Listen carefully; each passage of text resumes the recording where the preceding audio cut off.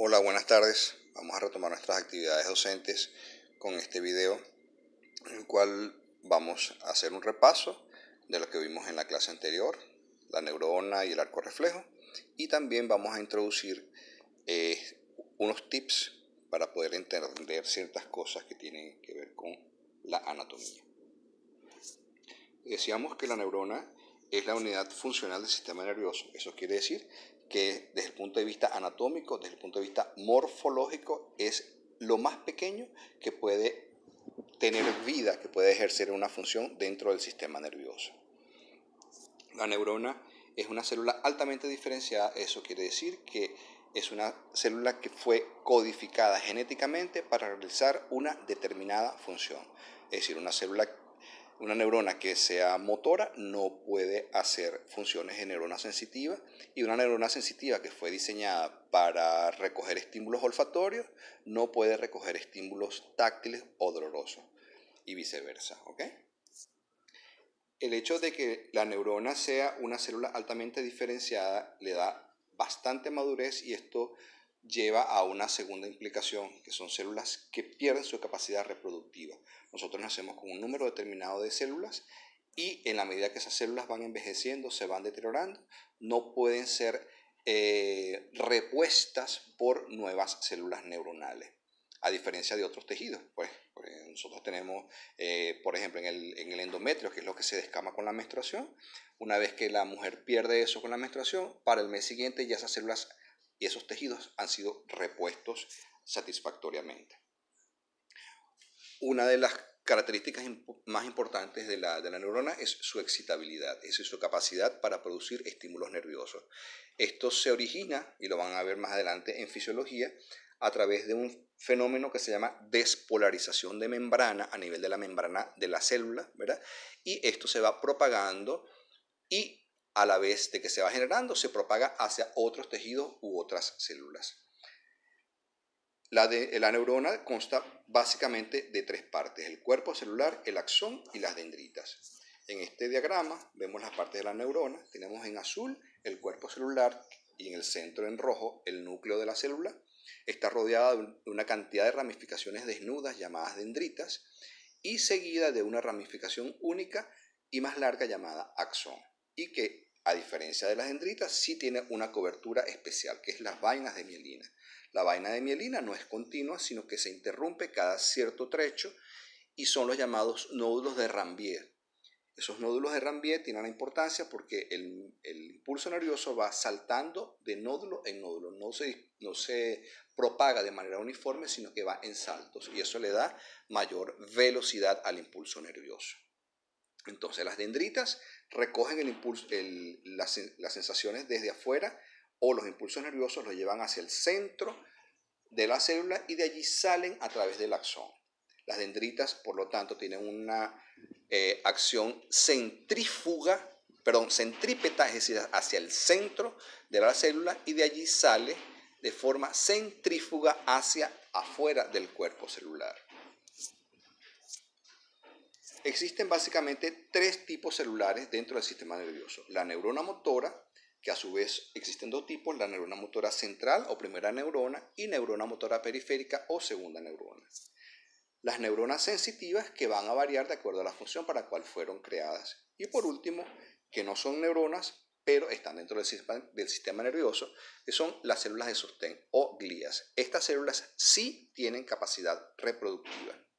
Es decir, las neuronas no se reproducen, y las células gliales o células de sostén sí se reproducen. La neurona motora periférica. Sus características básicas es que ella hace sinapsis con fibras musculares, la periférica, ¿ok? Cuando se daña el axón de una neurona motora periférica, casi que inmediatamente existe degeneración de la fibra muscular para la cual ella hacía sinapsis, para la cual ella estaba destinada a inervar.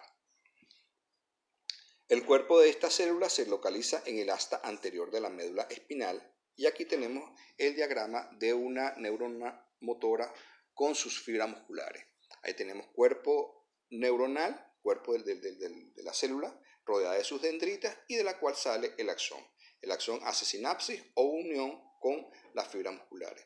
Recordemos, cuando hablamos de poliomielitis, que cuando existe lesión de esta neurona, inmediatamente prácticamente existe lesión de la fibra muscular para la cual él había sido destinado. La neurona sensitiva. Ellas son múltiples de acuerdo a la función para la cual fueron concebidas, ¿verdad? Pueden ser neuronas sensitivas táctiles, de dolor, de temperatura, de presión, vibración, etc. Y el cuerpo de esas células se encuentra por fuera del sistema nervioso central, a diferencia del cuerpo de la neurona motora periférica, que está dentro del asta anterior medular. En el caso de las sensitivas, su cuerpo celular está por fuera, es decir, por fuera de los grandes órganos del sistema nervioso, por fuera de la médula espinal o por fuera del cerebro o cerebelo. También tiene sus dendritas que recogen las sensaciones, las lleva a un cuerpo celular del cual sale un axón único también. ¿Okay? Vamos a recordar lo que es el arco reflejo. El arco reflejo es simplemente la unión más sencilla, más simple de una neurona motora sensitiva que recoge estímulos, se hace sinapsis con una neurona motora, la cual va a ejecutar una acción que es despertada por la neurona sensitiva. Es decir, la neurona sensitiva recoge un estímulo, lo procesa, lo lleva al centro de la médula, y del centro de la médula, en el asta anterior, está la neurona motora periférica, como vimos antes, y esta sale el axón hacia la fibra muscular que le corresponde. Esto que tenemos aquí es el corte de la médula espinal. Lo que tenemos en la parte exterior, color crema, es la sustancia blanca. Y lo que tenemos hacia el centro, en forma de mariposa, es la sustancia gris. El asta anterior es esto que vemos aquí con forma de zapatico, que es medio cuadradito. Y lo que está más agudo, más picudo hacia la parte de atrás es el asta posterior. Entonces, el estímulo es recogido, por ejemplo, en el caso del reflejo rotuliano, que nosotros lo buscamos por debajo de la rótula, ¿ok? Es recogido por las dendritas de una célula sensitiva, ¿verdad? Eso lo lleva hacia la médula, hace contacto o sinapsis con la neurona motora que se localiza en el asta anterior, y de ahí sale un axón que va a ejecutar la acción en el músculo cuádriceps. Y de esta manera se cierra el arco. El arco reflejo tiene la importancia de que escapa a la voluntad. ¿Okay? Nosotros relajamos al paciente y de esa manera buscamos los reflejos en diferentes partes del organismo. Eso nos sirve para la evaluación clínica y más adelante lo van a ir viendo cuando vean semiología. En esta parte vamos a hablar de lo nuevo que les traía en esta oportunidad. Y es que esto es importante porque les va a servir desde aquí para toda la vida a ustedes como enfermeros.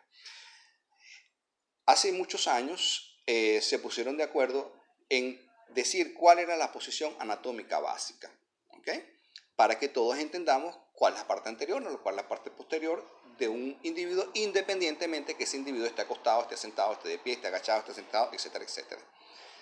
El individuo en la posición anatómica básica lo vemos aquí, ¿verdad? El individuo debe estar de pie, o sea, estamos imaginariamente pensando que el individuo está de pie, no importa que esté sentado, ¿ok? O esté acostado, esté boca abajo, repito.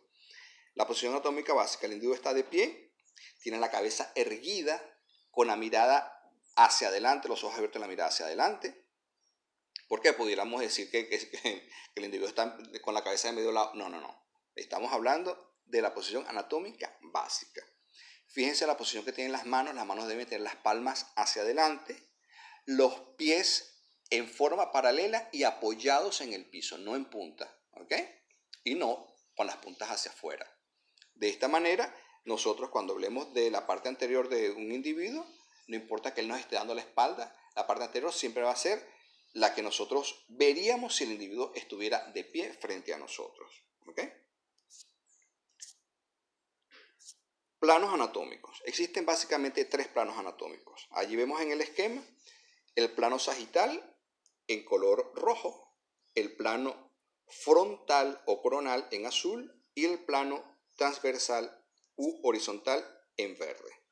El plano sagital es como que si nosotros nos dividiéramos en 2 partes, una parte derecha y una parte izquierda. ¿Ok? Entonces vamos a tener hemicuerpo derecho y hemicuerpo izquierdo.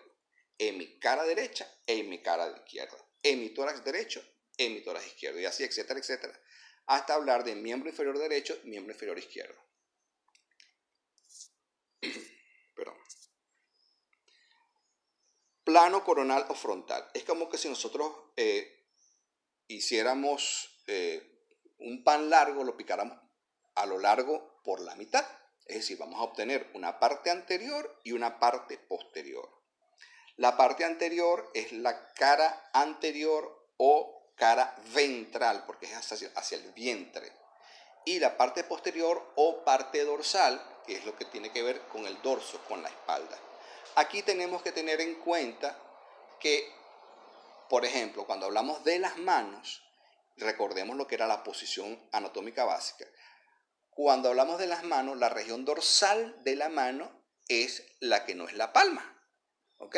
Y la palma sería la región anterior de la mano o región palmar. En el caso de los pies, ahí tenemos diferencias, ¿ok? Ahí sí es la única excepción en cuanto al plano dorsal o plano ventral. Lo que apoyamos sobre el piso es la región plantar de los pies. Y lo que vemos cuando estamos con el pie en el piso, lo que vemos por encima es la región dorsal del pie. ¿Ok? Entonces, cuando hablamos de región dorsal en forma general, a excepción de los pies, es todo lo que está en el plano frontal hacia atrás. Y lo que está hacia adelante es región anterior o región ventral. Y en los pies, ¿verdad? Es donde está la excepción. La región dorsal del pie es la región que está por encima y la región plantar del pie es lo que hace contacto con el piso. Y por último, el plano transversal. El plano transversal divide al cuerpo en dos. Es el que está en verde. Un segmento superior y un segmento inferior. El plano transversal puede localizarse a cualquier nivel. A nivel del cuello, a nivel del tórax, del abdomen, de las piernas, etcétera, etcétera. Y siempre lo que esté por encima será la porción superior y lo que esté por debajo, la porción inferior. Y por último les vamos a hablar de los ejes anatómicos. Los ejes anatómicos son tres, ¿verdad? Un eje longitudinal o vertical, que es este. Es un eje que va desde la cabeza hacia los pies. Es un sentido céfalo-caudal. Esto es importante que lo sepa porque así se examinan a los pacientes, tanto en medicina como en enfermería. Cuando ustedes le digan, hágame una evaluación cefalocaudal de ese paciente, es que usted está empezando desde la cabeza hacia abajo los pies. Ustedes dirán, bueno, ¿qué es caudal? Caudal es simplemente que nosotros antiguamente, embriológicamente, tuvimos una cola. Y la cola en latín se dice cauda.